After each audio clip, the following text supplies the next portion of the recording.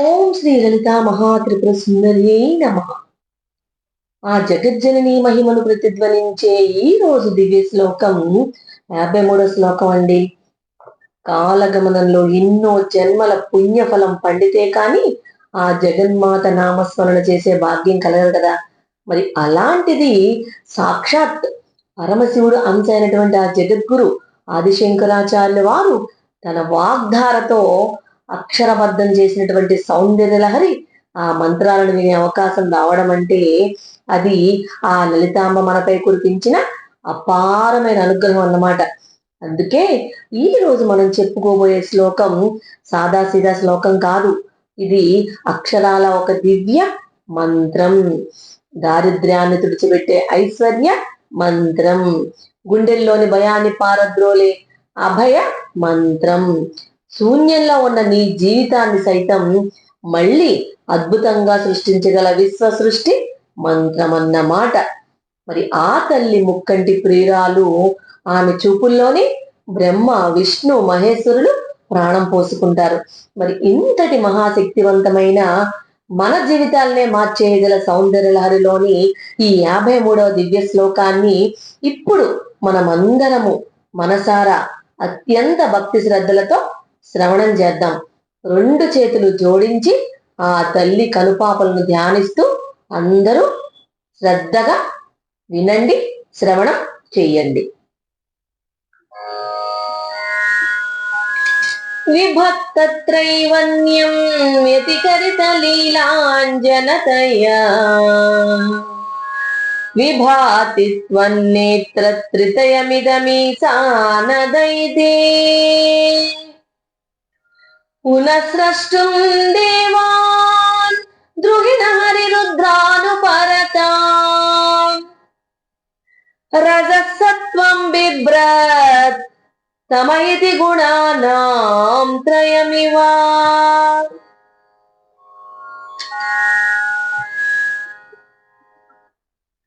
ఆహా, ఎంతటి మధురమైన శ్లోకం! శంకరాచార్యుల వారు అమ్మవారి కనుల సౌందర్యాన్ని కేవలం వర్ణించలేదు, అందులో విశ్వ సృష్టి రహస్యాన్ని దాచిపెట్టారు. మరి ఇంతటి మహిమాన్వితమైనటువంటి ఈ శ్లోకం యొక్క దివ్యమైన అంతరార్థాన్ని ఆ తల్లి కరుణతో ఇప్పుడు విపులంగా తెలుసుకుందాం. సాక్షాత్ జగద్గురువులు ఆదిశంకరాచార్యుల వారు అమ్మవారి కనుల సౌందర్యాన్ని కేవలం ఒక అలంకారంగా వర్ణించలేదు. సాధారణ మానవుల కళ్ళు కేవలం ఎదురుగా ఉన్న ప్రపంచాన్ని మాత్రమే చూస్తాయి, కానీ ఈ విశ్వాన్ని ఏలే పరమేశ్వరి మూడు కళ్ళు ఏం చేస్తాయో తెలుసా? ఆమె కళ్ళల్లోని ఒక్కొక్క రంగు వెనక ఈ సృష్టి ఎలా పుడుతుంది, ఎలా పెరుగుతుంది, ప్రళయకాలంలో మళ్ళీ ఎలా లయమైపోతుంది అనే పరమ రహస్యం దాగి ఉంది.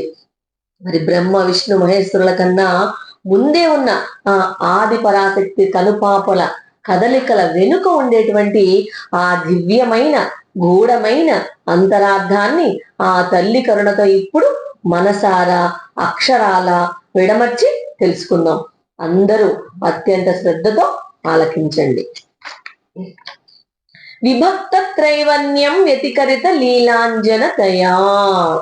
విభక్త అంటే విడివిడిగా ఉన్నటువంటి, త్రైవన్నం అందులోనే తెలిసిపోతుంది అర్థం, మూడు రంగులు, మూడు రంగుల యొక్క సముదాయం. ఏంటి ఆ మూడు రంగులు? తెలుపు, ఎరుపు, నలుపు. వ్యతికరిత కలిసిపోయినటువంటి. లీలా అంజనతయ అంటే సహజమైన కాటుక వల్ల, అలంకారంలా కనిపించేటువంటి ఆ సహజ కాంతి వల్ల. విభాతి అంటే అద్భుతంగా ప్రకాశిస్తోందన్నమాట. అమ్మవారు తన కళ్ళకు ఎంతో అందంగా విలాసంగా కాటుక పెట్టుకుందండి. ఆ కాటుక వల్ల ఆమె కళ్ళల్లోని మూడు రంగులు అంటే కంటి తెల్లని భాగం, మధ్యలో ఉండే నల్లని కనుగుడ్డు, కంటి చివర్లో ఉండే ఎర్రని రేకులు అన్నమాట, ఒకదానితో ఒకటి కలిసిపోకుండా స్పష్టంగా విడివిడిగా కనిపిస్తూ ఎంతో అద్భుతమైన కాంతితో ప్రకాశిస్తున్నాయట.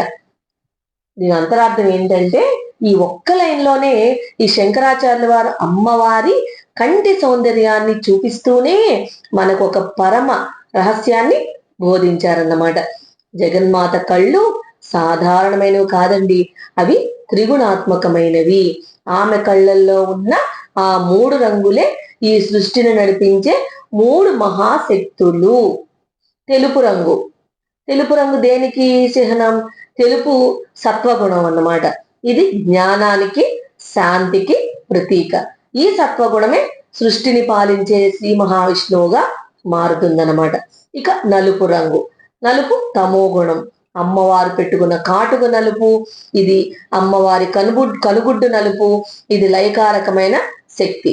ఈ తమో గుణమే సృష్టిని లయం చేసే పరమశివుడు అన్నమాట, రుద్రుడుగా మారుతుందన్నమాట ఇది. ఇంకోటి లాస్ట్ది 3వ రంగు ఎరుపు రంగు. ఎరుపు దేనికి? రజోగుణం అనమాట. కంటి కోణాల్లో ఉండేటువంటి ఆ ఎరుపు రేఖలు సృజనాత్మకకు, క్రియాశక్తికి ప్రతీక అన్నమాట. ఈ రజోగుణమే సృష్టిని నిర్మించే బ్రహ్మదేవుడిగా మారుతుందన్నమాట.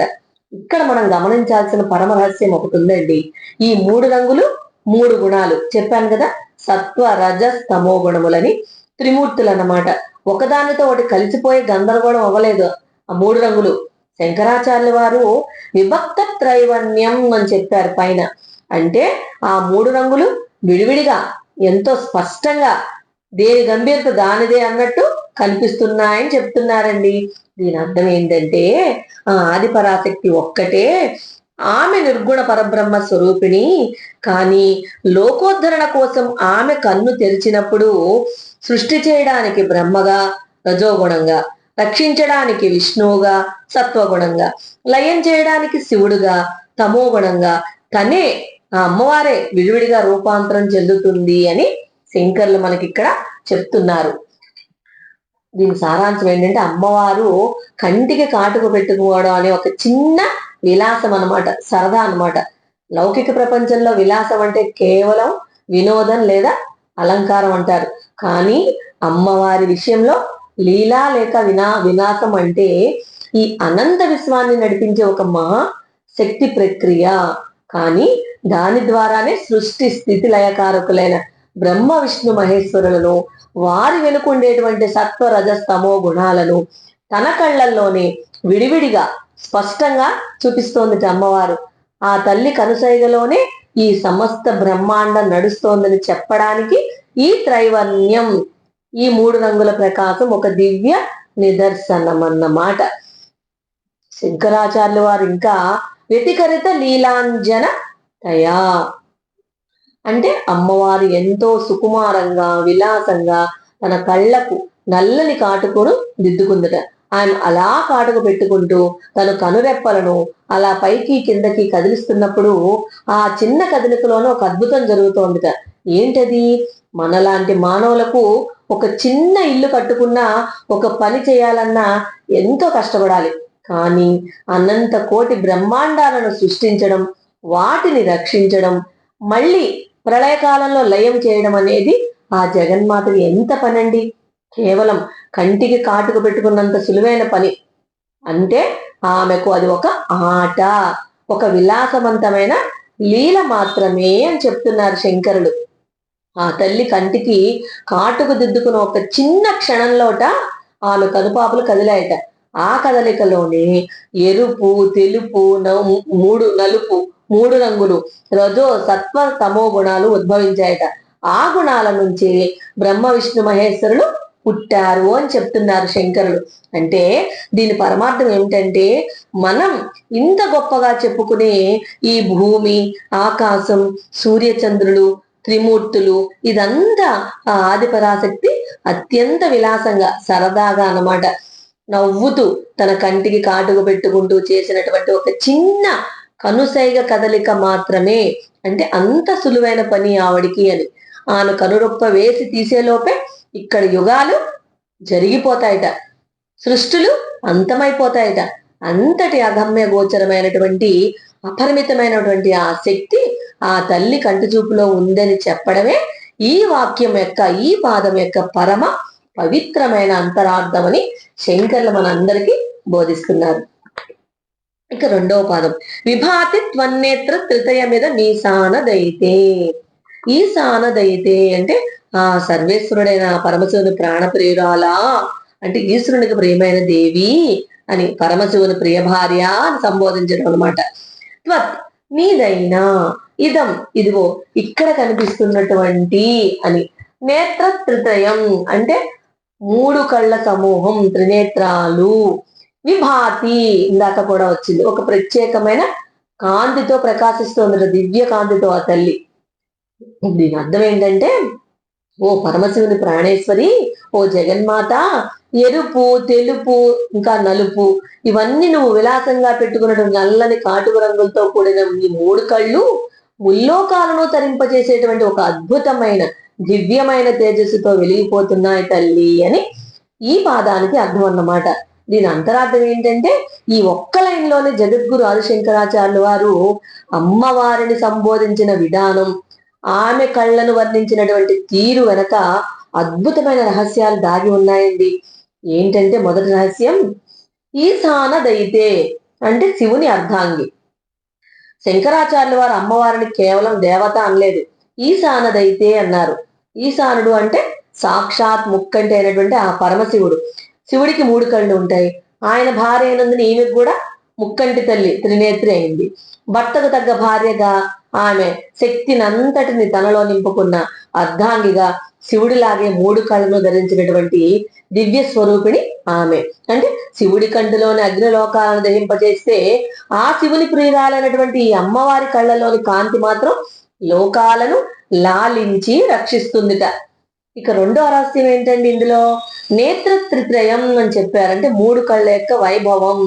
సాధారణంగా లోకంలో అందాన్ని వర్ణించేటప్పుడు కళ్ళు రెండు నయనాలు అంటారు కదా, కానీ అమ్మవారికి ఉన్నవి మూడు కళ్ళు. కుడి కన్ను సూర్యుడు, పగలు వెలుగు. ఎడమ కన్ను చంద్రుడు, రాత్రి చల్లదనం. నుదుటిపైనటువంటి మూడో కన్ను అగ్ని, దేనికి చిహ్నం జ్ఞానం. ఈ మూడు కళ్ళు ఒకే చోట కలిసి ప్రకాశిస్తుండడం వల్ల ఆ తల్లి ముఖారవిందం సూర్య చంద్ర అగ్ని తేజస్సులతో ముల్లోకాలను ఏకకాలంలో పాలిస్తోంది అని ఇక్కడ ఇంకొక రహస్యం చెప్తున్నారు. ఇక మూడవ రహస్యం ఏంటిదా, విభాతి అంటే దివ్యమైన ప్రకాశం, విశేషమైన ప్రకాశం. అంటే భాతి అంటే వెలగడం, విభాతి అంటే ఒక ప్రత్యేకమైన అద్భుతమైన కాంతితో ప్రకాశించడం అన్నమాట. అంటే అమ్మవారి కళ్ళు ఊరికే వెలగడం లేదుట, ఎందుకు అలా ప్రత్యేకంగా ప్రకాశిస్తున్నాయో తెలుసా? ఆ కళ్ళల్లో కరుణ, రౌద్రం, శాంతం అనే భావాలు, రజో సత్వ తమో గుణాలు కలగలిసి ఉన్నాయట. తన బిడ్డలైన మన వైపు, మనందరి వైపు చూసేటప్పుడు ఆ కళ్ళల్లో కరుణారసం ఒలుకుతుందిట, మరి దుష్టుల్ని చూసేటప్పుడు రౌద్రం కురుస్తుందిట. ఈ వైవిధ్యమైన శక్తులన్నీ ఆ కళ్ళల్లో ఉండడం వల్లే ఆ నేత్రత్రయం అంతటి దివ్య తేజస్సుతో విరాజిల్లుతోంది అని చెప్తున్నారు. ఇక మూడవ పాదం, పునఃస్రష్టం దేవాన్ ద్రుహిణహరి రుద్రానుపరతాన్. అనుపరతాన్ అంటే మహాప్రళయ కాలంలో, అంటే ఇంకా ముగిసిపోయి, విధి ముగిసిపోయి పూర్తిగా లయమైపోయిన, అంతరించిపోయినటువంటి టైంలో అన్నమాట. ద్రుహిణహరి రుద్రాన్. ద్రుహిణ అంటే బ్రహ్మదేవుడు, హరి అంటే శ్రీ మహావిష్ణువు, రుద్రాన్ అంటే పరమశివుడు లేదా రుద్రుడు అని. ఇక దేవాన్ ఈ ముగ్గురు మహాదేవతలను, ఈ ముగ్గురు మహాత్రిమూర్తులను అని అర్థం. పునః మరొక్కసారి, ఇంకొక్కసారి. స్రష్టం సృష్టించడం కొరకై అంటే ప్రాణం పోసి పుట్టిస్తుందట మళ్ళీ. దీని అర్థం ఏంటంటే, ఓ జగన్మాత, కాలం ముగిసి మహాప్రళయం సంభవించినప్పుడు ఈ లోకాన్ని నడిపించేటువంటి బ్రహ్మ విష్ణు మహేశ్వరులు సైతం నీలోనే లీనమైపోయి అంతరించిపోతారు. అలాంటి త్రిమూర్తులను సైతం మళ్ళీ ఈ సృష్టిని నడపడం కోసం తిరిగి పుట్టించడానికి నీ కళ్ళు అలా ప్రకాశిస్తున్నాయి తల్లి అని ఈ పాదానికి అర్థం అన్నమాట.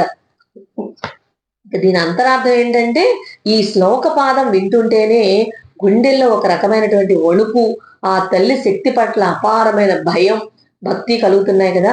ఎందుకంటే జగద్గురు ఆదిశంకరాచార్యుల వారు ఇక్కడ ఒక పరమ సత్యాన్ని లోకానికి చాటి చెప్పారండి. మనం నిత్యం పూజించేటువంటి త్రిమూర్తులు ఉంటారు కదా, సృష్టికర్త అయినటువంటి బ్రహ్మదేవుడు, కారకుడైనటువంటి విష్ణుమూర్తి, లయకారుడైనటువంటి పరమశివుడు, వీరందరికీ కూడా ఒక కాల పరిమితి ఉంటుందట. దాన్నే బ్రహ్మకాలం అంటారు. మరి ఆ కాలం ముగిసి మహాప్రళయం వచ్చినప్పుడు ఆకాశం, భూమి, సూర్యచంద్రులతో పాటు ఈ ముగ్గురు మహాదేవుళ్ళు కూడా లయమైపోతారట. దీన్నే శంకరాచార్యుల వారు అనుపరతాన్ అన్నారు. అంటే సర్వం శూన్యమైపోతుంది అని.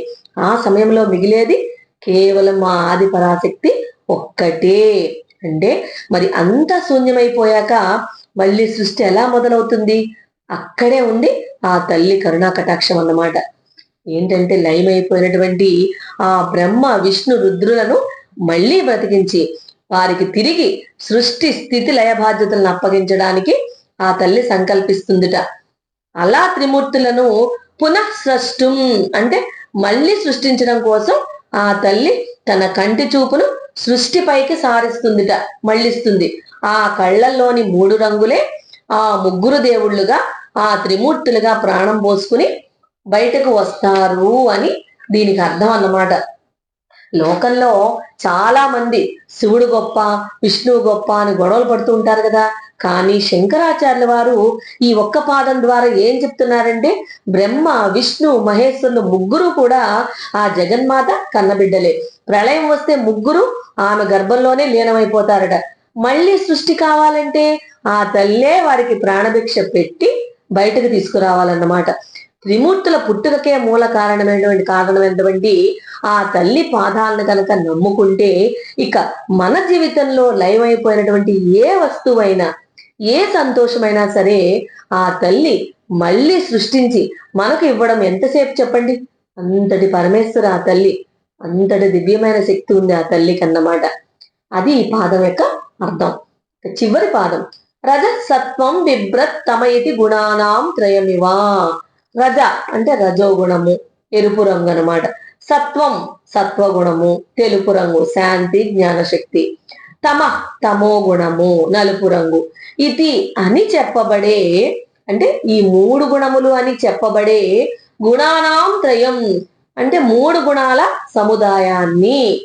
బిభ్రత్ ఇవా తానే స్వయంగా ధరించిందా అన్నట్లుగా ప్రకాశిస్తోంది ఆ తల్లి.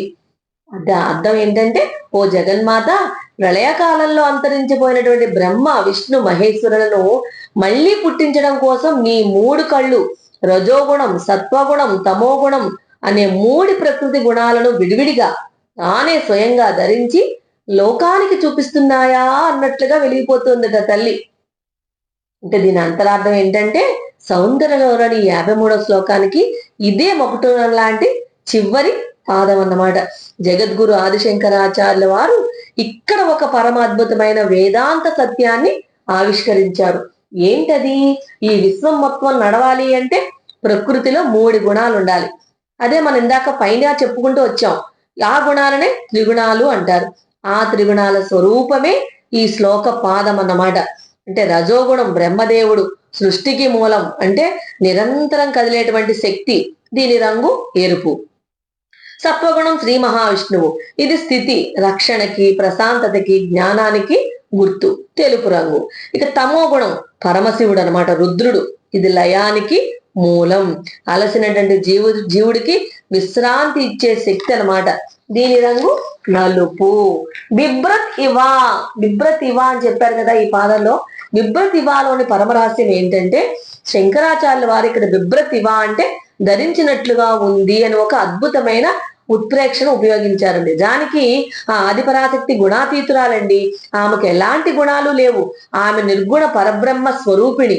మరి కానీ ప్రళయం తర్వాత శూన్యమైపోయినటువంటి లోకంలో దేవుళ్ళు లేరు, మనుషులు లేరు, ప్రకృతి లేదు.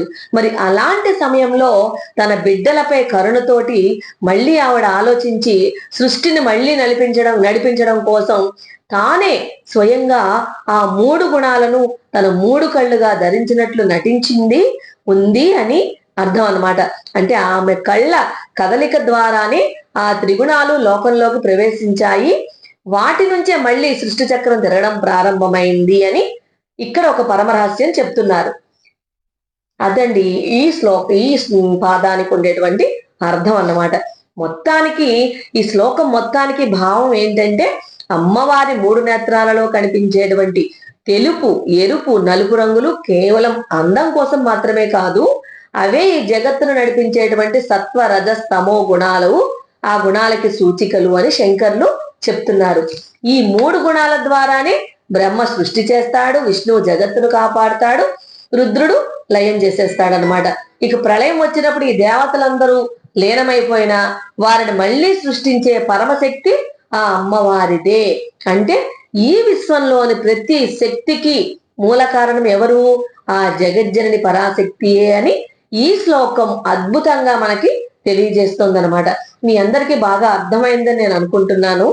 మొత్తానికి ఈ శ్లోకం భావార్థం ఏమిటంటే, మన అమ్మవారు కేవలం పూజలు అందుకునే దేవత మాత్రమే కాదు, బ్రహ్మ విష్ణు మహేశ్వరులకే ప్రాణం పోసేటువంటి ఆది పరాశక్తి. సృష్టి స్థితి లయకారకులైన త్రిమూర్తులు సైతం ఆమె కనుపాపల నుంచే ఉద్భవించారు అని అర్థం. అదండి ఈ శ్లోకం యొక్క పరమ పవిత్రమైన అంతరార్థం. అమ్మవారి కంటి చూపు మనపై పడితే చాలు, లయమైపోయినటువంటి జీవితాలు కూడా మళ్ళీ చిగురుస్తాయి. త్రిమూర్తులనే తిరిగి సృష్టించగలిగినటువంటి ఆ దయామయి చూపు మన సంసార కష్టాలను కూడా తుడిచేయడం ఎంతసేపు చెప్పండి. విన్నారు కదా ఆ కన్న తల్లి కనుల వైభవాన్ని, ఆ త్రిగుణాత్మక నేత్రాల వెనుక ఉండేటువంటి విశ్వ సృష్టి రహస్యాన్ని. మరి సూర్యుడి నుంచి వచ్చేటువంటి ఒకే ఒక తెల్లని కాంతి కిరణం గాజు ముక్క గుండా వెళ్ళినప్పుడు ఏమవుతుంది? 7 రంగులుగా ఎలా విడిపోతుందో అలాగే ఏ గుణాలు లేనటువంటి ఆ నిర్గుణ పరబ్రహ్మ స్వరూపిణి, చెప్పాం కదా పైన కూడా మనం చెప్పుకున్నాం, ఆదిపరాశక్తి గుణాతీతురాలు, ఆమెకు ఎలాంటి గుణాలు లేవని. మరి అలాగే ఏ గుణాలు లేనటువంటి ఆ నిర్గుణ పరబ్రహ్మ స్వరూపిణి అమ్మవారి ఒక్క చూపు లోకాన్ని నడిపించడానికి 3 కళ్ళుగా 3 గుణాలుగా విడిపోయింది అని చెప్తున్నారు. ఈ రోజు మనము ఆ తల్లి చరణాల చెంత మన మనస్సులను లీనం చేద్దాం. మరి జీవితంలో ఎదురయ్యే కష్టాలు, దారిద్ర్యం, మానసిక ఆందోళనలు ఇవన్నీ తాత్కాలికమేనండి. మన కర్మల ఫలంగా వస్తూ ఉంటాయి. మహాప్రళయంలో సర్వస్వం లయమైపోయినా కూడా త్రిమూర్తులకే తిరిగి ప్రాణభిక్ష పెట్టేటువంటి ఆ పరమదయామయి ఆ తల్లి. అలాంటి జగన్మాత కనుసైగ మనపై పడితే కనుక మనందరి జీవితంలో కోల్పోయినటువంటి సుఖశాంతులు, ఐశ్వర్యం మళ్ళీ చిగురించడం ఎంతసేపు చెప్పండి, ఆవిడికి ఎంతసేపు పని. ఆ తల్లి త్రిగుణాత్మిక సకల లోక రక్షకి, ఆ కన్న తల్లి కరుణాకటాక్ష వీక్షణాలు ఎల్లప్పుడూ మనందరి కుటుంబాలపై ఉండి మీకు మనందరికీ ఆయురారోగ్య ఐశ్వర్యాలను ప్రసాదించాలని ఆ లలితా పరమేశ్వరుని మనసారా ప్రార్థిస్తున్నానండి. కామాక్షి కరుణా రూప త్రిపుర సుందరీపర శరణాగత దీనార్థ పరిత్రాణ పరాయణే. ఓం శాంతి శాంతి శాంతి శాంతి. స్వస్తి.